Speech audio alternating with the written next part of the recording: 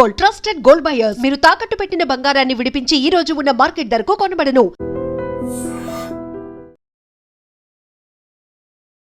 బాపట్లలో తీవ్ర విషాదం నెలకొంది. చీరాల వాడరేవు దగ్గర విద్యార్థులు విహారయాత్రకు వెళ్లారు. అంతలోనే వాళ్ళ పరిస్థితి విషాదాంతంగా మారిపోయింది. 5గురు గల్లంతైపోయిన పరిస్థితిలో కొద్దిసేపటికే 3 మృతదేహాలు ఒడ్డుకు కొట్టుకుని వచ్చాయి. మరో 2 ఆచూకీ కోసం తీవ్ర గాలింపు చర్యలు కొనసాగినప్పటికీ కూడా గంటల కొద్దీ రెస్క్యూ కొనసాగినా ఇప్పటికీ వారి ఆచూకీ లభించలేనటువంటి పరిస్థితిలో తీవ్ర విషాదాంతంగా ముగిసిందని చెప్పాలి. ఇప్పటికే అనేక ప్రమాదాలు సముద్ర తీర ప్రాంతంలో జరుగుతున్నా ఎప్పటికప్పుడు మెరైన్ పోలీసులు అలానే హెచ్చరిస్తున్నప్పటికీ, లైఫ్ గార్డ్స్ హెచ్చరిస్తున్నప్పటికీ కూడా పెడచెవిన పెడుతున్నటువంటి పరిస్థితి. ముఖ్యంగా విద్యార్థులు ఈ సముద్ర తీర ప్రాంతంలో ఆహ్లాదంగా గడపడానికి వచ్చి ప్రమాదాల బారిన పడి ప్రాణాలు పోగొట్టుకోతూ ఉండటం చాలా బాధాకరమైన విషయం. అయితే బాపట్ల జిల్లాలో ఒక్కసారిగా తీవ్ర విషాదం నెలకొంది. వాడరేవు సముద్ర తీరంలో జరిగినటువంటి ప్రమాదంలో అమరావతి విట్ యూనివర్సిటీకి చెందినటువంటి 7గురు విద్యార్థులు విహారయాత్రకు వచ్చారు. వారిలో 3 ప్రమాదవశాత్తు సముద్రంలో గల్లంతై చనిపోయారు. అయితే మరొక ప్రదేశంలో చీరాల పట్టణం వడ్డేర సంఘానికి చెందినటువంటి 11 మంది కూడా సముద్ర స్నానం కోసం రాగా వారిలో 2 యువకులు ప్రమాదవశాత్తు సముద్రంలో గల్లంతవ్వడం జరిగింది. సాయంత్రం 4:30 ప్రాంతంలో వడి ఎక్కువగా ఉండటంతో, అంటే రిప్ పవర్ అనేది ఎక్కువగా ఉంటుంది. జనరల్గా బీచ్ అనేటప్పటికీ ఆహ్లాదంగా కనిపించే అలల వెనకాతల ఉన్నటువంటి ప్రమాదాన్ని ఎవరు గమనించలేరు, గుర్తించలేరు. అలల ధాటికి ఒక్కసారిగా వారు ఆ సముద్రంలో గల్లంతవ్వటం, రిప్ పవర్ అంటే వడికి చిక్కుకొని ప్రాణాలు పోగొట్టుకోవటం మనం ఎక్కువగా చూస్తాం. అయితే అమరావతి విట్ యూనివర్సిటీలో స్టడీ చేస్తున్నటువంటి 5గురు విద్యార్థులు నిన్న ప్రమాదానికి గురయ్యారు. వారిలో 2 విద్యార్థులను అయితే పోలీసులు ఇమీడియట్గా రెస్క్యూ చేసి కాపాడగలిగారు. వీరంతా కూడా తెలంగాణ రాష్ట్రానికి చెందినటువంటి పెంటేల జీవన్ సాత్విక్, వంగల శ్రీ సాకేత్ బి సాయి మణిదీపులు గల్లంతై మరణించారు. అదే సమయంలో జరిగిన మరో ఘటనలో కొత్తపేట పంచాయతీ పరిధిలో వడ్డేర సంఘం నుండి వచ్చిన 4 యువకులు కూడా ప్రమాదానికి గురయ్యారు. వారిలో స్టీవెన్సన్, షాలెన్లను పోలీసులు, మెరైన్ సిబ్బంది కాపాడగలిగారు. గౌతమ్ కృష్ణ ప్రసాద్ 15 సంవత్సరాల యువకుడు, అలాగే 18 ఇయర్స్ ఉన్నటువంటి కూచిన షారోన్ రాజు గల్లంతయ్యారు. వారి ఆచూకీ కోసం పోలీసులు గజ ఎత్తగాళ్లు ముమ్మరంగా గాలింపు చర్యలు కొనసాగిస్తున్నారు. ఈ ఘటన తెలియగానే జిల్లా ఎస్పీ ఎవరైతే ఉన్నారో బి ఉమామహేశ్వర్ ఐపీఎస్ గారు అక్కడికి చేరుకొని వాడరేవు వద్ద ప్రమాదం గురించి వివరాలు అడిగి తెలుసుకున్నారు. బాధితులను పరామర్శించారు. గల్లంతైన యువకుల ఆచూకీ కోసం ముమ్మరంగా గంటల పాటు కూడా రెస్క్యూ ఆపరేషన్ అయితే కొనసాగుతోంది.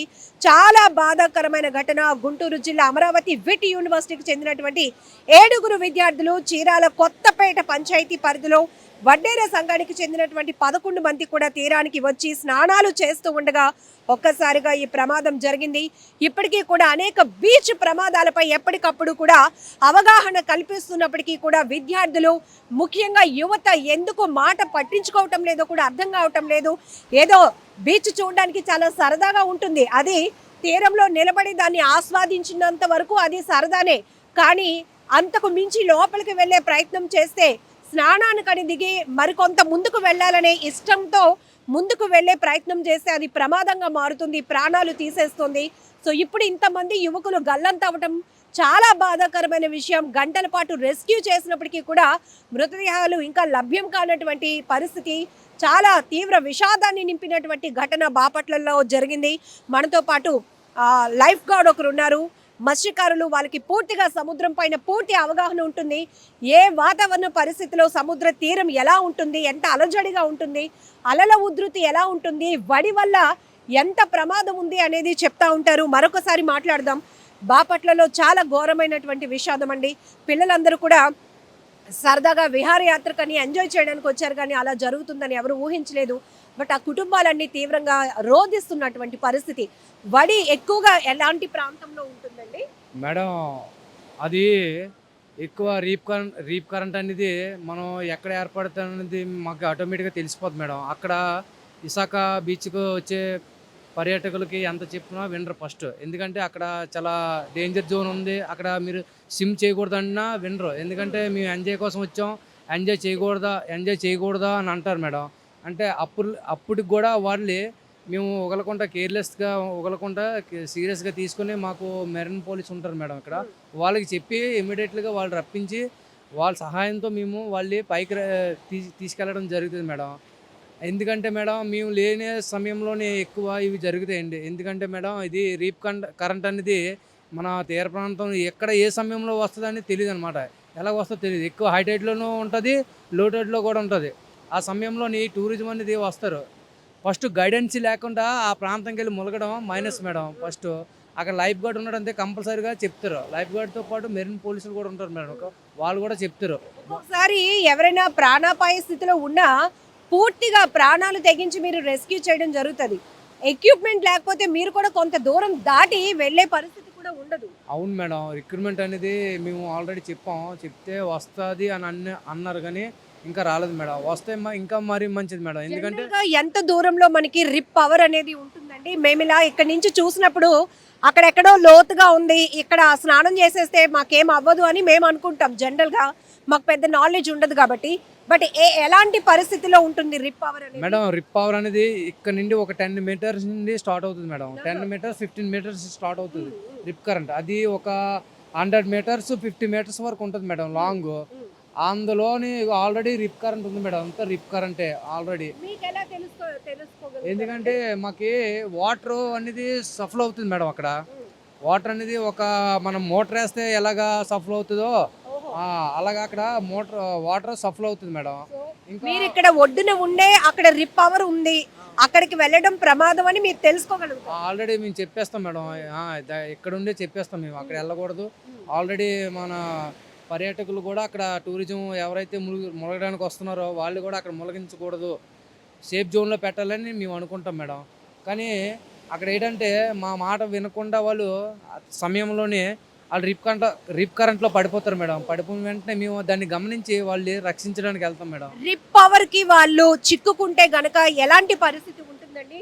మనం ఒడ్డుకి రావడానికి ప్రయత్నించినా అవుతుందా? అది తెలియక పాపము చాలా మంది ఒడ్డుకి రావడానికి ప్రయత్నిస్తారు మేడం. అప్పుడులోకే వాళ్ళ స్టామినా అనేది అయిపోద్ది. ఆ వాటర్ అనేది ఆటోమేటిక్గా తాగేస్తారు మేడం. తాగేసిన తర్వాత వెంటనే ఇంకా అక్కడ ప్రాణం కోల్పోయే అవకాశం ఉంది. వెంటనే ఆక్సిజన్ అందదు అనమాట.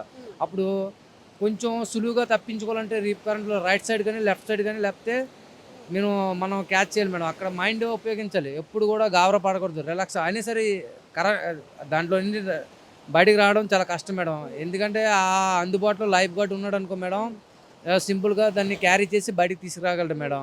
లేదంటే ప్రాణం పోయవలసిందే అక్కడ.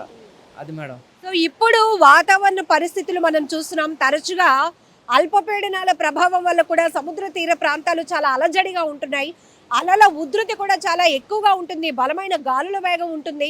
ఇలాంటి పరిస్థితిలో బీచ్ దగ్గరికి వెళ్ళి మీరు ప్రమాదాలకు గురి కావద్దు అంటూ ఎప్పటికప్పుడు హెచ్చరికలు జారీ చేస్తున్నా కూడా కొంతమంది ఇప్పుడు ఈయన లైఫ్ గార్డ్ చెప్పినట్టు మేము సరదాగా ఎంజాయ్ చేయకూడదా అని తిరిగి వీళ్ళనే ప్రశ్నిస్తూ ఉంటారు. అరే బాబు, మీరు లోపలికి వెళ్తే ప్రమాదం రా, అక్కడ రిప్ పవర్ ఉంది, మీరు గుర్తించలేరు కానీ మేము గమనించి మీకు చెప్తున్నాం, దయచేసి తీర ప్రాంతానికి వచ్చేసి ఇక్కడి నుంచి ఎంజాయ్ చేయండి బీచ్ని అంటే కూడా చాలామంది వీళ్ళపైన రివర్స్ అవుతూ ఉంటారట.